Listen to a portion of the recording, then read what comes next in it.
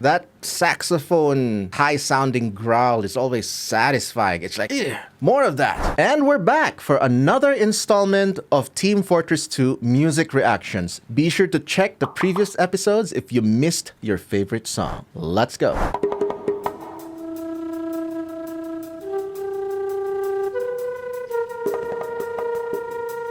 Okay, very true to the Team Fortress 2 vibe, immediately sounding like a 70s spy film music score.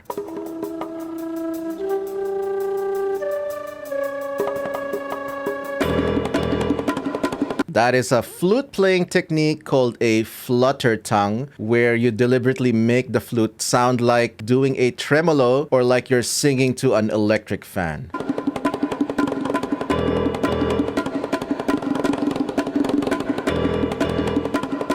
Shredding the congas, or actually shredding the bongos. Yeah, shredding the bongos.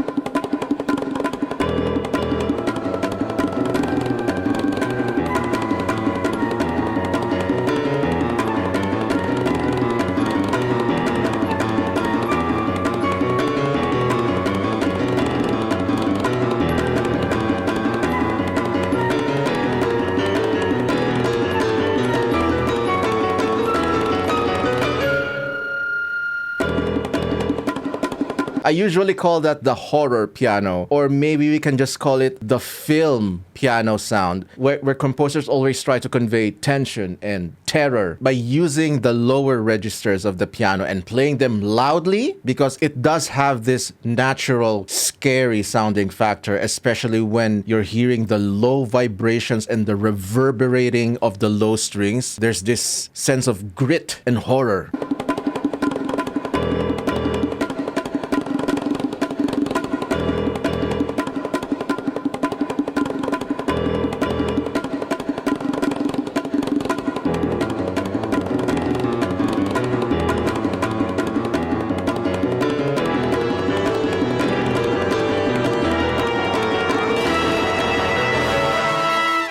Yes! Wow, okay. Faster than a speeding bullet. That does sound like the type of music that is urging you to hurry up, be faster than a speeding bullet. It's like you're racing for time. You're in a rush to defuse a time bomb or a ticking time bomb, or you're trying to escape a collapsing structure and you have to run for your life to survive. Yeah, it does have that feeling, especially the chaotic and frenetic call and response with the bongos and the piano, and that ending of the swelling brass section, kind of giving this accent of finality. Okay, it's over. You've survived for now.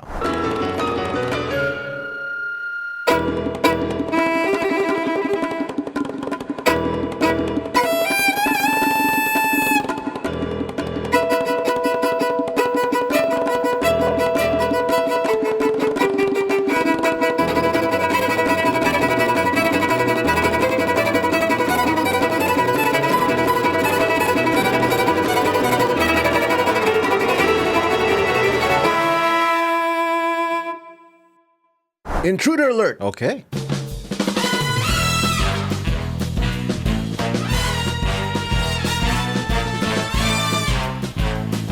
Kinda sounds like that 1960s Batman theme.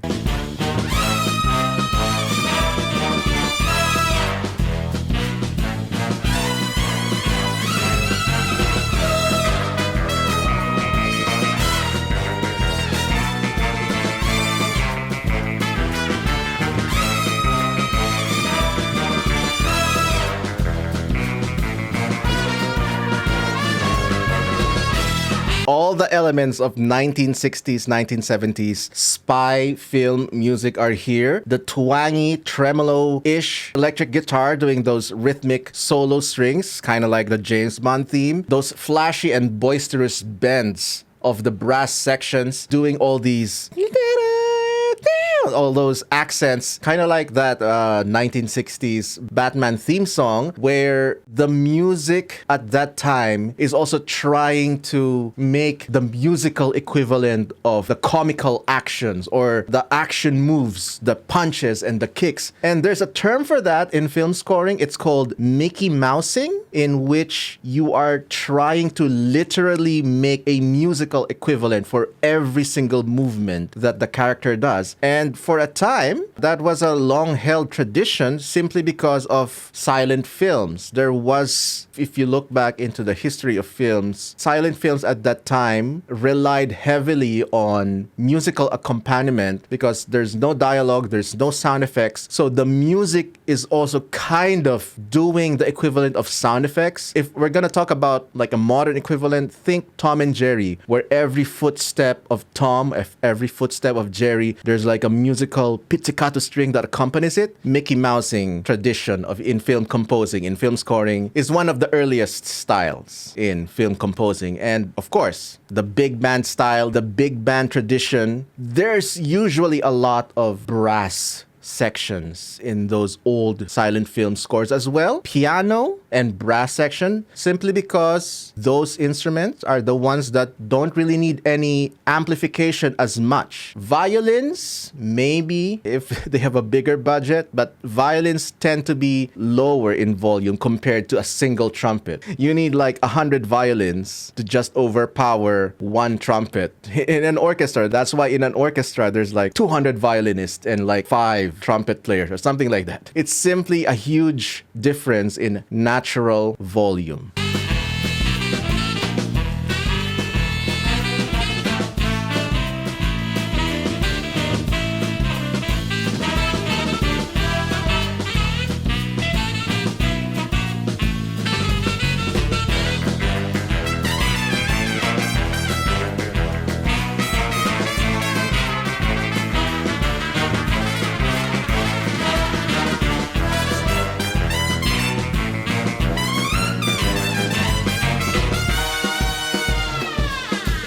Yeah, oh my god, that trumpet shred, jazzy, flashy, jazzy and flashy, yeah.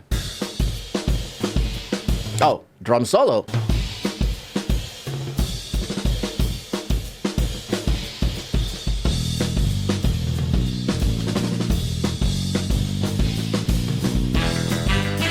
Oh, come on, no bass solo? Oh well.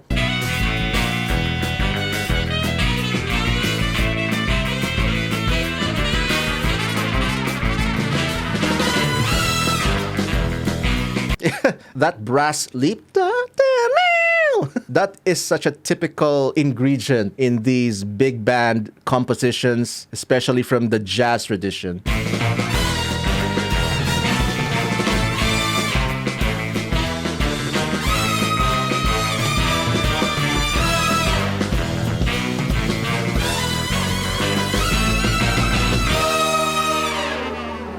Yeah, brilliant. It's definitely a very exciting piece. I love it. Big band, swing, jazz, all combined. Brilliant.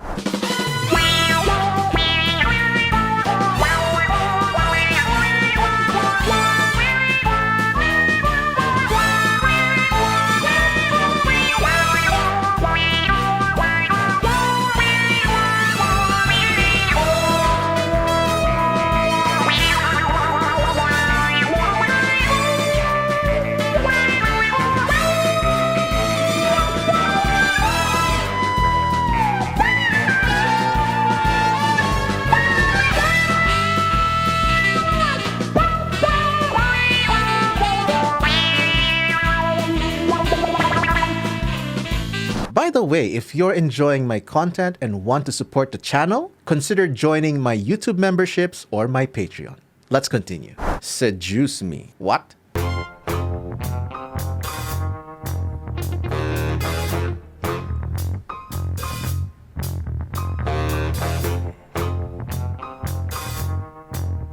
Yeah, definitely going for that big band lounge vibe.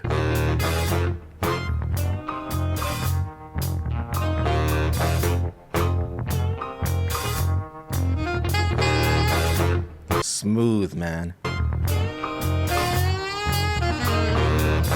Woohoo!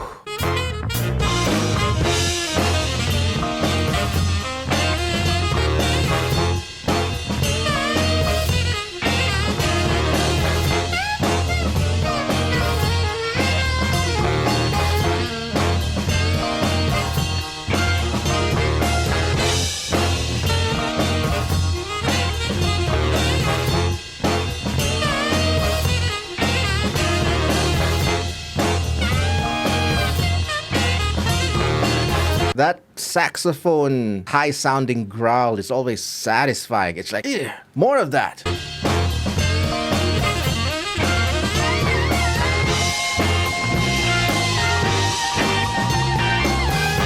Yeah, after maybe like 16 bars of staying in the same chord, same tonal center, now we're hearing an actual chord progression. Maybe this is like the chorus part. But yeah, staying in the same tonal center definitely has its advantages for improv, because if you're just staying in the same chord, same scale, same key, sky's the limit on what you can do with improvisation. So the less is more approach comes in, how much creativity you can do with one chord, one set of scales, and the same key. Clearly, the saxophone player is just through the roof with all that creativity in the improv. It's definitely a different kind of discipline than the usual classical music training and the Western music notation training. It's like being well read with books as opposed to having street smarts. And if you can combine the two, if you have the gumption or the determination to learn both worlds, then you're on to something really epic.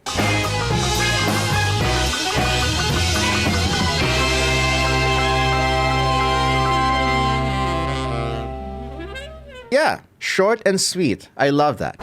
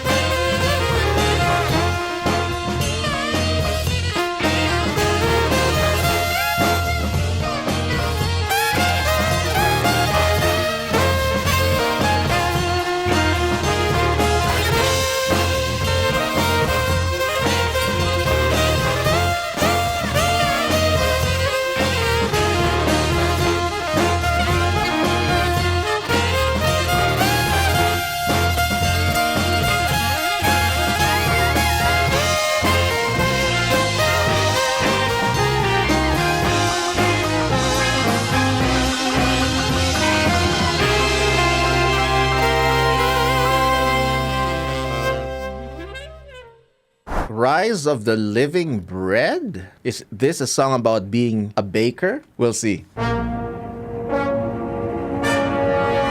What an ominous baker.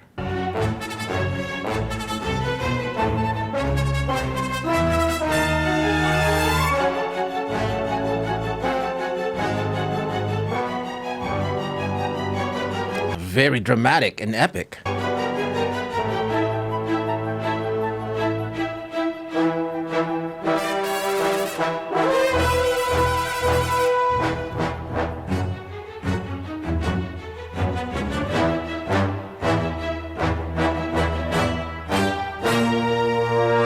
Definitely sounds very cartoonish, like kind of like a superhero film or like a superhero animated series, kind of like maybe Justice League, where it's a battle scene, it's a fight scene, and it kind of makes sense. The Team Fortress characters are like cartoon heroes set in the 70s or 60s, and the way they're animated, the way their cartoon style, their aesthetic is very reminiscent of, you know, animated shows. So it kind of makes sense.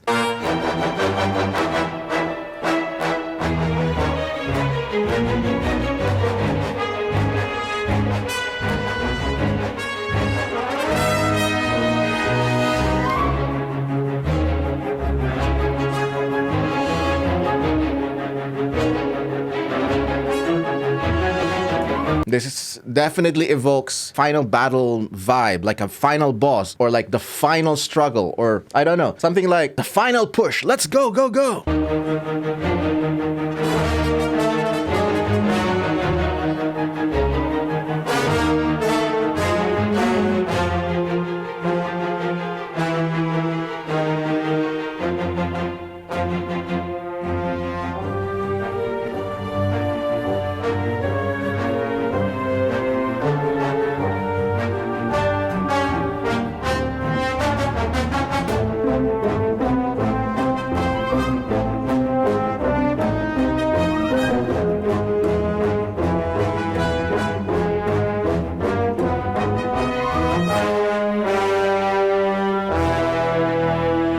my god, this is evoking some of the more dramatic classical pieces. I'm thinking Night on the Bald Mountain by Modest Mussorgsky. I think it was also used in Disney's Fantasia. Yeah, there's this overall feeling of terror, of horror, of a world-ending event that can destroy everything.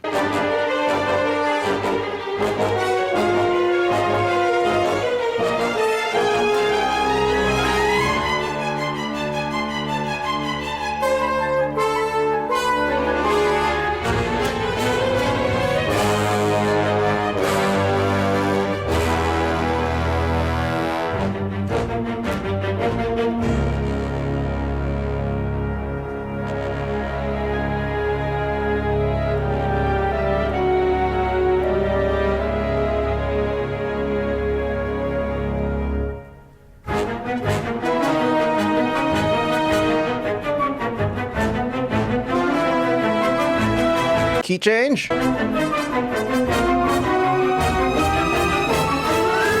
Wow, okay. That was epic. Yeah, I love that. Now click on this next video if you want more discussions and musical analysis of video game music.